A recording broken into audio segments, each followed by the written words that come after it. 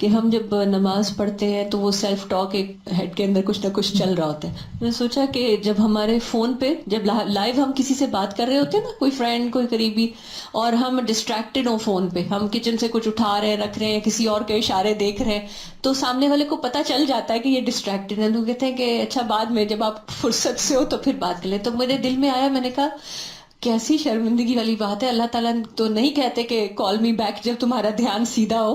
تو ہم سارے بس جا کے وہ نماز کے اذکار ایسے ہی پڑھ کے نکل آتے ہیں، وہ دھیان نہیں اللہ تعالیٰ کو دیتے، وہ جو ایک واقعی کیفیت ہے. اور کچھ دن پہلے آپ نے کلاس میں ذکر کیا تھا، ہم نے پڑھا تھا قرآن کریم کی تلاوت کے لیے بھی خشوع والی بات. تو میں سوچ رہی تھی کہ یعنی وہ اس میں سٹلنس کی بات آتی ہے خشوع کے الفاظ میں، کہ ہم بالکل بیٹھ کے اور اپنے آپ کو ڈسٹریکٹ نہ کریں. لیکن وہی جیسے پہلے بھی بات ہوئی کہ اتنے ساری اور چیزیں ہم نے بنا لی ہیں جو ہمارے ذہنوں پہ طاری ہیں، کہ وہ جو ایک واحد لا شریک رب، اس پہ ہم فوکس نہیں کرتے. یعنی as a habit also we have lost this thing کہ ہم فوکس یا کانسنٹریٹ نہیں کر پاتے. یعنی سوچنے کی بات ہے نا کہ ہماری زندگی میں سب سے اہم کیا ہے، سب سے زیادہ قابل توجہ کیا ہے، کس کے خوش ہونے سے ہم خوش ہوتے ہیں اور کس کی ناراضگی سے ہم ناراض ہوتے ہیں، اور کس سے ہم ڈرتے ہیں اور کس سے ہم محبت کرتے ہیں. یعنی سب سے زیادہ والذین آمنوا اشد حبا للہ. کیا واقعی ہماری محبت اللہ سے ایسی ہے؟ آخر دعوانا ان الحمد للہ رب العالمین. سبحانک اللہم وبحمدک اشہد ان لا الہ الا انت استغفرک واتوب الیک. السلام علیکم.